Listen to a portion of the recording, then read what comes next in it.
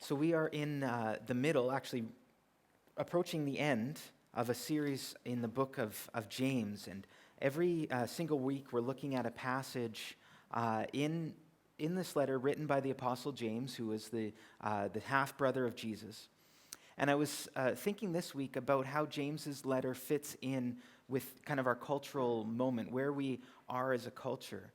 And I think that on the whole, in the whole letter, he's kind of addressing one of the biggest objections that people outside of the church have about Christianity. And James's main point, I think in one way of looking at it, James's main point is that Christians are a bunch of hypocrites. And actually, I have a friend, and he's not a believer, and he grew up in a religious household, and he's always posting these things on Facebook pointing out where these different Christians he knows, they don't follow what they say they believe. And I find myself often saying back to him, well, James says that here, and James says that here. And James's point is that faith is a verb. Faith in Jesus is a verb. If you actually believe something, you don't just say you believe it. If you actually believe it, then it's going to impact your life. And so James, throughout his letter, is pointing out areas in people's lives where there's a gap between what they say they believe and what they demonstrate they believe by their actions. So this week, we're like I said, near the ends of James, in James chapter 4, verses 13, and we're going to go all the way to chapter 5, verse 6. And so if you're in your pew Bibles, that's page 856, and you can turn there now and we'll read it together. Why don't you stand when you found it? James chapter 4, beginning at verse 13, to James 5, verse 6. Now listen, you who say, today or tomorrow we will go to this or that city, spend a year there, carry on business, and make money. Why? You don't even know what will happen tomorrow. What is your life? You are a mist that appears for a little while, then vanishes. Instead, you ought to say, if it is the Lord's will, we will live and do this or that. As it is, you boast and brag, and all such boasting is evil. Anyone then who knows the good he ought to do and doesn't do it sins. Now listen, you rich people, weep and wail because of the misery that is coming upon you. Your wealth has rotted, and moths have eaten your clothes. Your gold and silver are corroded. Their corrosion will testify against you and eat your flesh like fire. You have hoarded wealth in the last days. Look, the wages you failed to pay the workers who mowed your fields are crying out against you. The cries of the harvesters have reached the ears of the Lord Almighty. You have lived on earth in luxury and self-indulgence. You have fattened yourself in the day of slaughter. You have condemned and murdered innocent men who were not opposing you. This is the word of the Lord. You may be seated. Okay, so let's just admit off the start, this is kind of a crazy passage. So we're going to take some time to unpack exactly what James is getting at. And we're going to do that by looking first at the problem that James is addressing and the reason that that's a problem, the way that we often make the problem worse, so we exasperate the problem, and then the solution to the problem. Okay, so 4 points. Starting with the problem. At first blush, it seems pretty obvious, at least in the end of chapter 4 there, that James thinks that the problem is what we would today refer to as strategic planning. That James is saying, don't do strategic planning, that's a bad idea. And what James has basically mentioned here is a business plan. If you look at verse 13, James says there's kind of a time frame, about a year. There's a revenue target. They want to be profitable within a year. There's an idea to go to this or that city and make money. He's basically laying out, this person that James is critiquing is laying out a business plan. And it's a pretty bold and impressive plan. And that's what James seems to be condemning.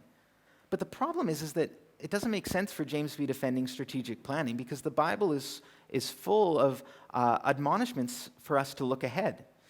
In fact, on the whole, the Bible usually says that it's the person who doesn't plan that's a fool, and the person who does plan is wise. So consider this. Jesus was telling a story, and he said this: "For which of you, desiring to build a tower, does not first sit down and count the cost, whether he has enough to complete it? Otherwise, when he has laid a foundation and is not able to finish it, all who see it begin to mock him, saying, 'This man began to build and was not able to finish.'" So Jesus is saying, if you don't plan ahead, you're going to look like a fool. Or similarly, the book of Proverbs says, the plans of the diligent lead surely to abundance, but everyone who is hasty comes only to poverty. Or another place in Proverbs, the wisdom of the prudent is to discern his way, but the folly of fools is deceiving. So elsewhere in his letter, James looks back on the wisdom literature like the book of Proverbs, and he agrees with them. And that wisdom literature sees planning as wisdom and a lack of planning as foolishness. So then what is going on? If James isn't talking about strategic planning, what is he talking about? Well, let's keep reading in verse 14 and 16. Why, you don't even know what will happen tomorrow. What is your life? You are a mist that appears for a little while and then vanishes. Instead, you ought to say, if it is the Lord's will, we live and do this or that. As it is, you boast and brag. All such boasting is evil. So the plan isn't just a plan. The plan is a boast, isn't it? We talked about boasting a few weeks ago when we were talking about what James was talking about using our tongue and how we use our tongue. And I want to build on that a little bit. A boast, in a lot of cases, is a ritual of sorts. People use boasts to kind of boost themselves up or to get in other people's heads and get them down. You might have seen this recently if you've been watching the Olympics, particularly the sprints. It seems to happen a lot in the sprints. And so you have Usain Bolt before his 200 meter. He was saying, I'm going to break the world record, and I'm going to be immortal.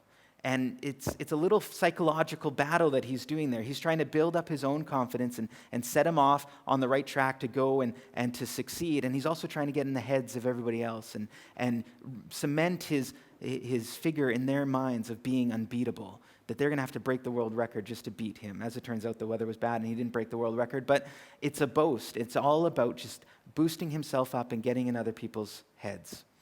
And I used to do a lot of track, obviously, when I was younger and slightly thinner. And every meet, we would line up at the start line, and everybody would be talking about their times. Oh, yeah, last week at divisionals, I posted this. And as soon as the gun went off and they started, you looked at them, and you're like, there is no way that you ran the time that you just told me you did. But they did it to try and psych themselves up for running a time. They set a goal for themselves, and then instead of saying, I'd like to run this, they said, not only would I like to run this, but I can do it. Not only that, I've already done it. I've already ran this. And it's boosting themselves up, and it's also trying to get in everyone else's heads. They're just trying to get in my head. Sticking with athletics, there's another training method that maybe you've seen, visualization. And so an athlete will visualize what they want to accomplish, and they'll picture it in their head, and it'll encourage them to be able to accomplish it in real life. It sounds a little bit hokey, but it really works, and it's widespread. So you have someone like Derek Drouin. Did anyone see the Canadian high jumper?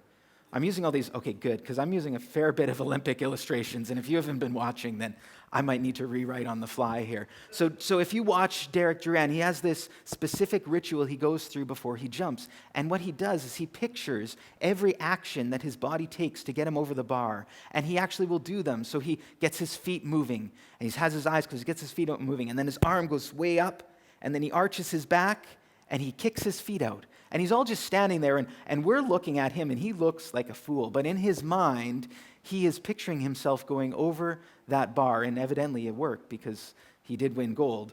But this is what athletes will do, is they will picture something, they will picture themselves accomplishing something in reality, and it's a form of boast. I can do this. They're convincing themselves that they can do it because they already have in their mind.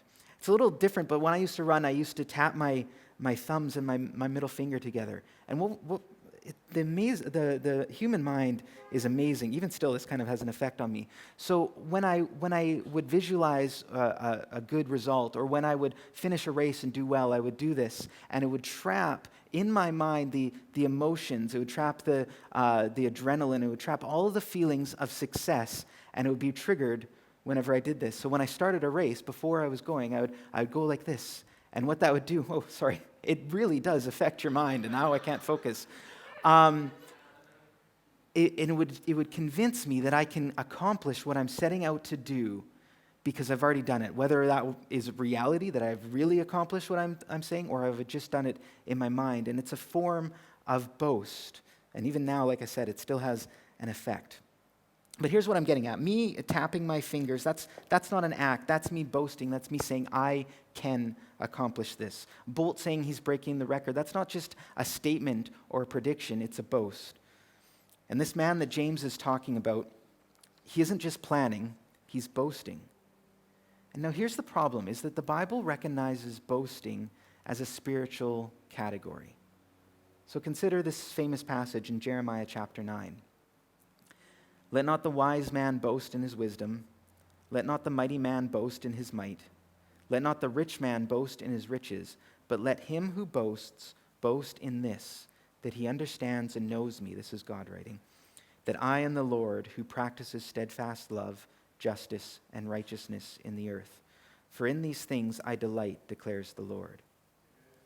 So God forbids people to boast in might and riches. But why? Well, it's because your boast is what gives you confidence in life. It's what you trust to hold you up. So all those athletes and their boasts and their visualizations, their confidence then is in their ability. Now, confined to the track, that's not necessarily a bad thing. But when we apply it to all of our life, what is it that we rely on to get us up in the morning? To face life, whatever its challenges there are. Where does our confidence come from? What do you tell yourself in order to get you going? What is your boast? Of course, Jeremiah, and not just Jeremiah, but really the whole Bible, says that we all tend to boast in something other than the Lord. We all find something and we say, if I have that, if I do that, if I accomplish that, then I can face anything. And we find our deepest source of personal confidence in something other than the Lord. And that's what this man is doing that James is writing against. He's saying, I will go to the city and I will make money and then I will be something. It's much more than just a plan. It's not a strategic plan. It's a boast. And it's a boast that he can make himself. He doesn't need anything else to make him. He will make himself. He will be a self-made man. He can take his life into his own hands and mold it as he wants. That's what James is writing against. Now, I'm going to borrow a phrase from another pastor and call this the life control illusion. The life control illusion. This is the illusion that if we do our due diligence, if we do our planning, if we do our strategizing, then we can control our own destiny. And then you can control your future. So the life control illusion. You see how it's illusion. It's an illusion. It's not simply just strategic planning. A strategic plan is just a plan. It's just an idea. But a life control illusion is saying that the only factor in bringing that plan to reality is me. That there's nothing else that can affect it. It will just be me. I have complete control in bringing that plan to existence. It's saying that I am my success, that you are your success, and your success is you. Can you understand what I mean? So you are your success. If you succeed, it's all because of you. Which means that if you succeed or don't succeed, that's your reflection of who you are. So to me, it's interesting that James is going after this illusion because I don't know if there's a time and a culture in which this illusion has been more prevalent than in our Western society. It's a common mantra of our society. You can be anything you want if you just set your mind to it. What are we told in almost any movie? I think maybe the clearest picture of this, it's a little dated now, but the clearest picture is the end of the Back to the Future trilogy. Any Back to the Future fans? 2, 3. Okay, you guys will get this. Everybody else, it'll take 30 seconds. So at the end of the Back to the Future trilogy, Doc Brown says to Marty, do you remember what he said? He said, the future is whatever you make it, so make it a good one. The future is whatever you make it, so make it a good one. What he's saying is the only thing that affects your future is your ability. You're only limited by your own ability. And James is saying that's ridiculous, that's bunk, that's an illusion. Now we know that this is an illusion, and when we stop to think about it, we realize that there is so much more in our lives that is beyond our control. But we ignore that. I think it's Malcolm Gladwell's book, Outliers, that he kind of takes on this myth in a way. And Gladwell, I don't know if you're familiar with his writing, he's a secular intellectual, and he takes all different types of evidence to show that your success really actually isn't in your control. So he makes the point that yes, your aptitude is very important, you being a hard worker is very important to success, but that's actually a very small part of the whole. That along with your hard work, things need to break right for you. You need to have the right circumstances. You need to luck out in your timing. You need to have the right upbringing, your culture, your opportunities. These all play a massive role in shaping you to become who you are, and you have absolutely no control over them. So he breaks down this life control illusion. And the Bible, I think, takes it a step further. So what James is saying here in our passage is if you believe, like most Canadians do, that the future is what you make of it, that it's all up to you, I think James is saying if you believe that, then you're a fool. And that's not meant to be an insult, that's a fact. The biblical fact is that if you believe that your future is entirely up to you, then you're out of touch with reality. You're out of touch with how things really work. You're believing a myth. You're falling into the life control illusion. So that's our problem, the life control illusion. But why is it a problem? I've called it an illusion. An illusion is a sleight of hand. It's being deceived by a reality that's different than what reality really is. An illusion is being blind to the man behind the curtain. And if the life control illusion is no different than that. It's based on an assumption, on a fallacy, that it's possible for you to know enough about the future that you can really manage risk and that you can manage everything that's going on in your life in order to control it. So it assumes that you know enough about the future that your planning is able to avoid all the different risks and all the different pitfalls that are ahead. And that's just not true. We just do not have that knowledge about the future. We don't know what tomorrow holds, let alone what happens years from now. And that's what James is saying. You don't even know what will happen tomorrow. But the thing is that the life control illusion, this belief that we can know our future well enough to control it through planning, it paradoxically leads us to both overconfidence and to underconfidence and anxiety at the same time. It creates overconfidence because we think that we can control everything. We can mitigate risk. We can, it can make us so sure that we know what we think will happen, will actually happen. But at the same time, it will also create this underconfidence because we worry. What's worry? Worry is thinking that you know what needs to happen and then worrying that it's not going to happen. So thinking, okay, I know I need to ace this exam to get into this university program. And then you're constantly worrying, do I have the ability? Will I actually be able to accomplish that? So this life control illusion, it both leads us to overconfidence, and at the same time, it leads to this underconfidence and this constant worry and anxiety because you know you can't control what the happenings are, but you believe you have to be able to, so you're filled with fear and anxiety. And our worry is often based on our assurance that we know the future. We know what should happen. We know what tomorrow ought to bring. But at the same time, we don't. We don't know what will happen tomorrow. So both overconfidence and anxiety come from this out-of-touch reality. You want to be able to control the future, but you don't know what's going to happen. And then James moves on into chapter 5. So we see our problem, but James doesn't immediately tell us the solution to our problem. He doesn't tell us how to make it better. And there's this very strange connection between the end of chapter 4 and the beginning of chapter 5. What's this connection between them? It looks like two totally different subjects. In the first one, he's talking about this illusion of control, and then in chapter 5, he starts talking about being rich. What's the connection between the two? They're not two completely separate things. What James is saying is he's applying the life control illusion to a particular life circumstance. Remember, James is always working hard at bringing faith into the practical realm. So what he's saying is, how do you know if you're buying into this idea that your life entirely depends on you? He says, look at your finances. A person who sees their success as just being from them a person who sees their success as not being just from them, if they realize that all the different things that played into their success, they'll be radically generous because they see their success as a gift and they want to give back. They don't hoard their resources. They want to give others the opportunities that they had. But if a person holds to this idea, that they are self-made, that they have this life control illusion, that they have made this future for themselves, if they believe that it's just their talent and their intelligence and their hard work that's made them into who they are, then they'll act completely different. If they get success when they believe that, it's the worst thing for them.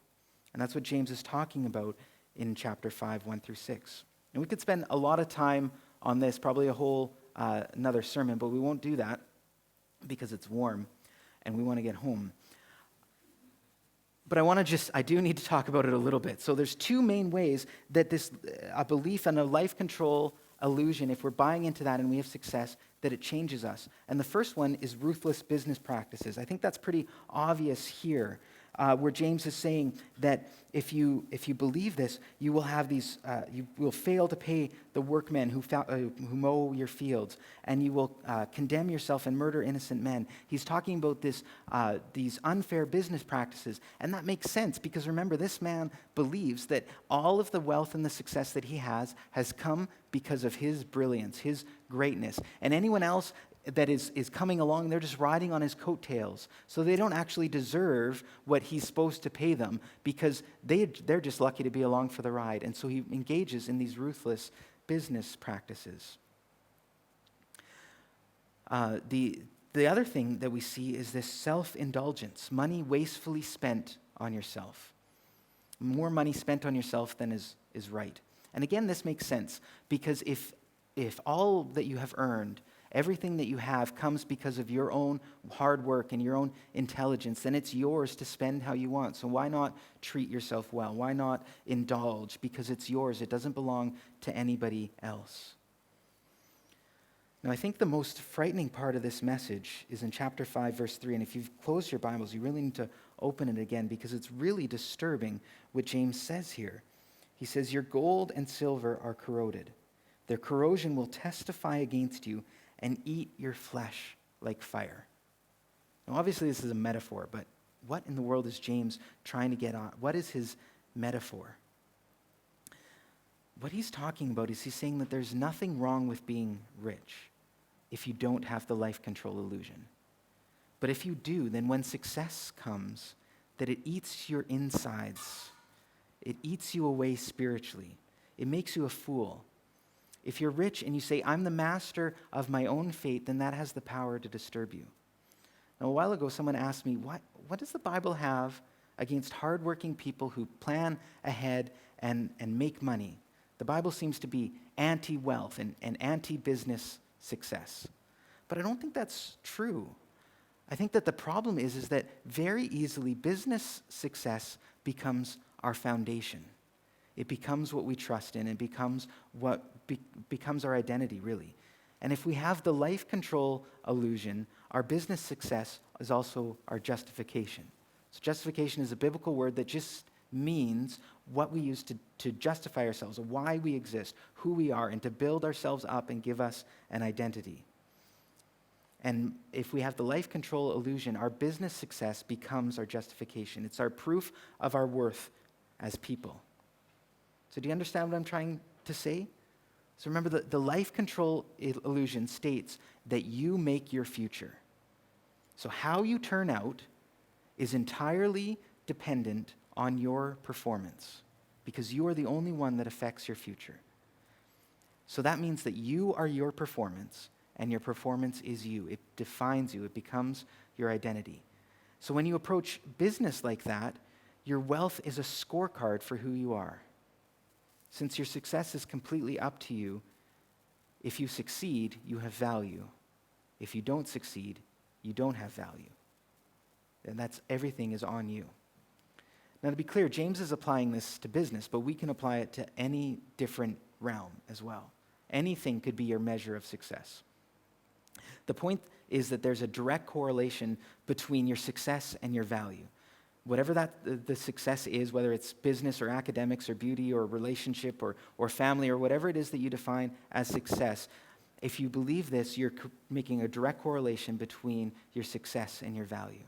And what James is saying is that these people have taken good things and they have elevated it to define their lives. They've tied their lives to them.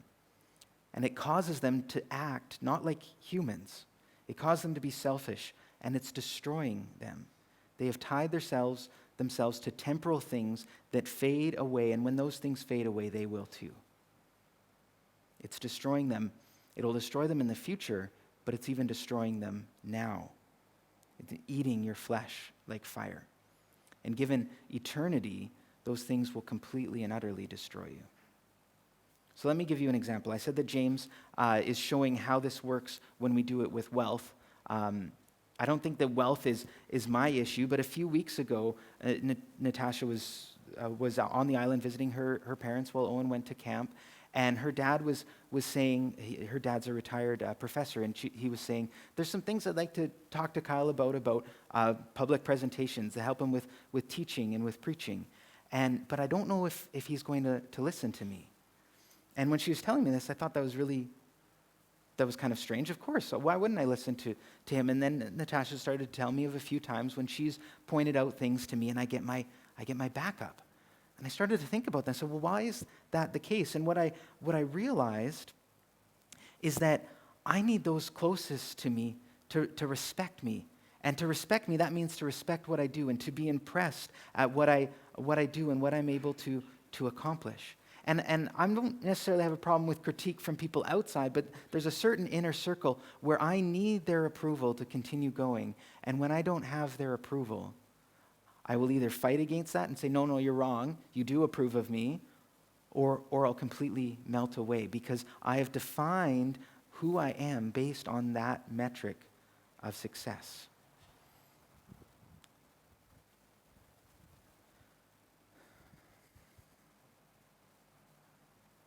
So that's the first step. That's the life control illusion, that your performance is you and you are your performance. But then there's the effect of that. That has the potential to poison the relationship. Can you imagine if you have a relationship and there's an entire field of discussion, an entire area of conversation that you can't engage in at all? Never being able to say anything about that whole subject area because the other person is just going to melt away. Natasha, don't give me those eyes. I know what you're thinking. It's fine. Case in point. But that's exactly what sin does, doesn't it? Sin destroys relationships. Sin is us going against God's design for us. It's going against how we were designed to flourish and exist as human people. And so sin eats away at us, and it eats away at our relationships. And that's the first taste of hell. That's what James is saying, that it eats our flesh like fire. So that's the problem. That's how we make it worse. But how do we solve the problem? Honestly, James doesn't give us a lot here, but he hints at it. So what we need to do is we need to read chapter 4 in reverse. There's a lot of hard-hitting stuff in this chapter, but I think maybe the most brutal part is chapter 4, verse 14. Why make these plans? You don't even know what will happen tomorrow. And then he says, what is your life? You are a mist that appears for a little while and then vanishes. What James is giving this illustration, if you're from a winter climate, you know this, where you breathe out and you can see your breath, but only for a moment, and then it dissipates. And James is saying, that's who you are. That you have the length of life of this little breath. What is your life? You're just a mist that appears for a little while and vanishes. James is talking about the life of breath. The life of breath. Now, I know that I kind of picked on Usain Bolt earlier, but I want to go back to him. Remember that he said his accomplishments were going to make him immortal. Well, what is the oldest sprinter that you can think of? How far back in history can you think of a sprinter that made a great name for himself? Anybody? Jesse Owens. So Jesse Owens won in 1936. That's 70 years ago. Anybody older than that? Any track and field athlete older than that you can think of? Eric Liddell, from 1924, he competed in Paris. So that's older, that's 82 years ago, but would we still remember him if it wasn't for Chariots of Fire? I don't think so. How about Spyrus Lewis? Anyone know Spyrus Lewis? I had to Google his name. He won the first Olympic marathon, the premier event in 1896, and I don't even know if I'm saying his name right. I don't think that anybody, except for someone on Jeopardy, could ever quote it. without. So with due respect to Mr. Bolt, you are not immortal. Now, people might remember Bolt's accomplishments 50 or 100 or 120 years from now, but that's just a flash in the pan compared to all of eternity.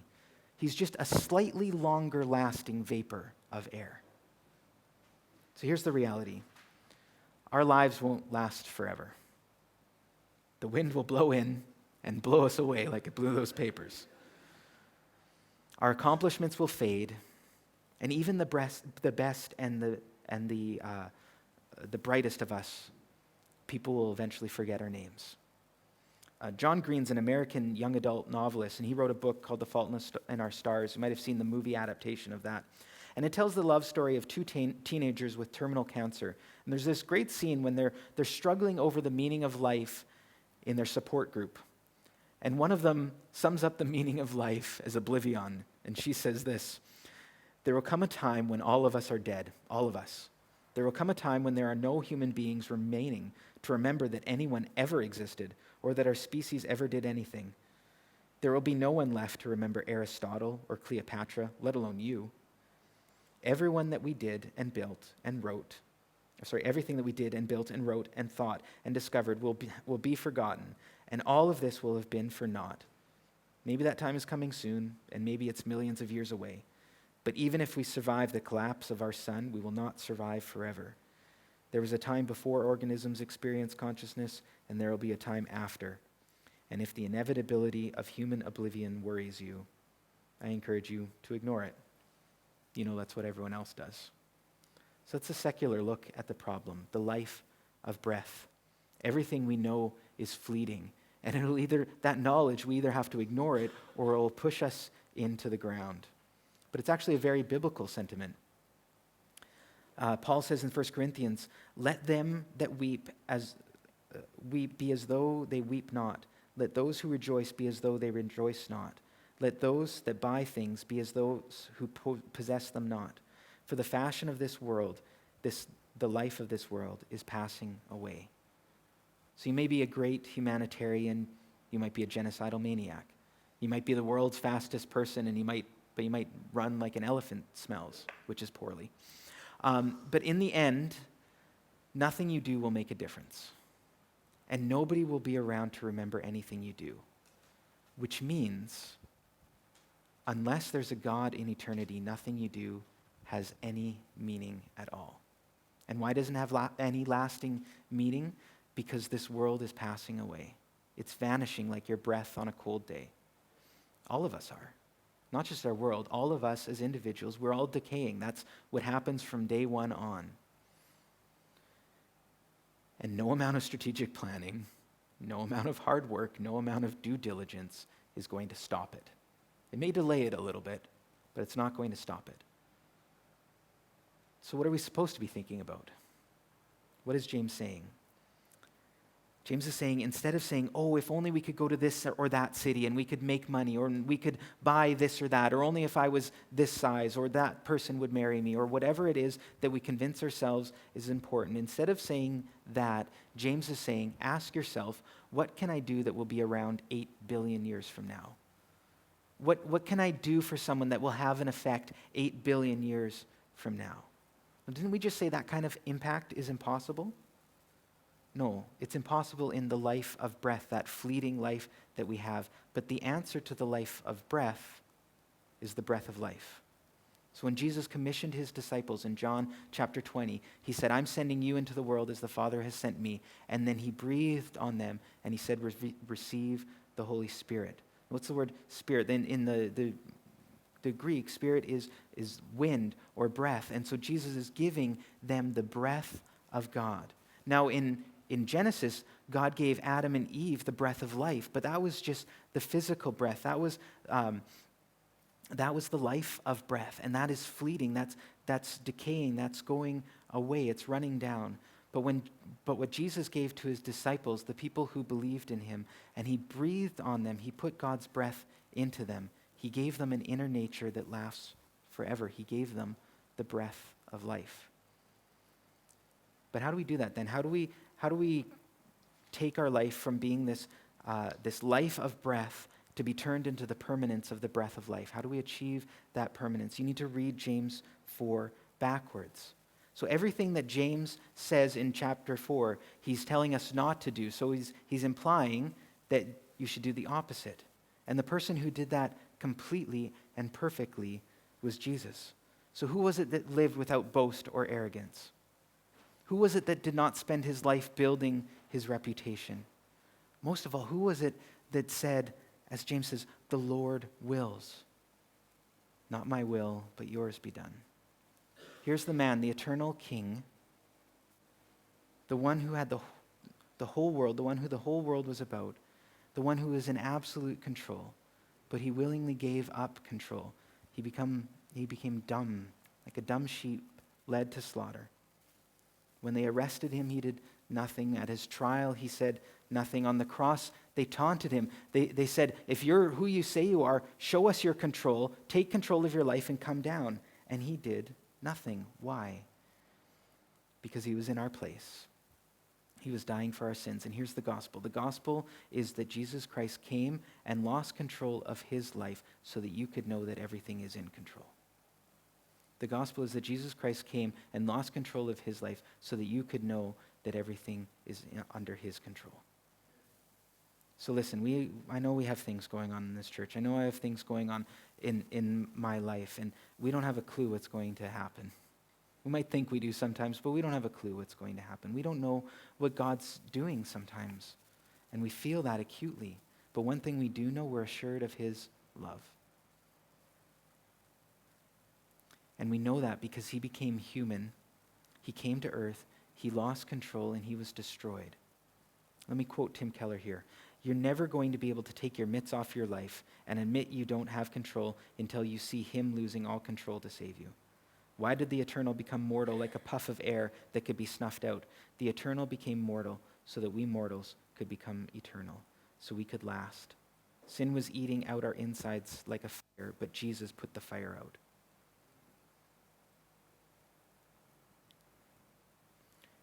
Don't you want a boast that will enable you to face anything in spite of the fleetingness of your life? Don't you want a boast that gives you the power to face anything, no matter even when you're faced with oblivion? Boast in nothing but the cross of Christ. Boast in nothing but the love of Christ. It's the only thing that's solid enough. Then you'll be able to face anything. And then you'll be able to handle suffering because you'll know that you don't know what's coming. Because you'll know that you're not in control, but he is in control. That he's lost control for you. He's lost control for me. You'll be able to take your money and spend it on other people instead of hoarding it to yourself. You'll be able to take your time and spend it on other people instead of hoarding it for yourself. And don't we declare that that's the type of people we want to be like? And the only way we can do it is if we look at what Jesus has done for us and that he lost control so that we know that he's still in control. Let's pray.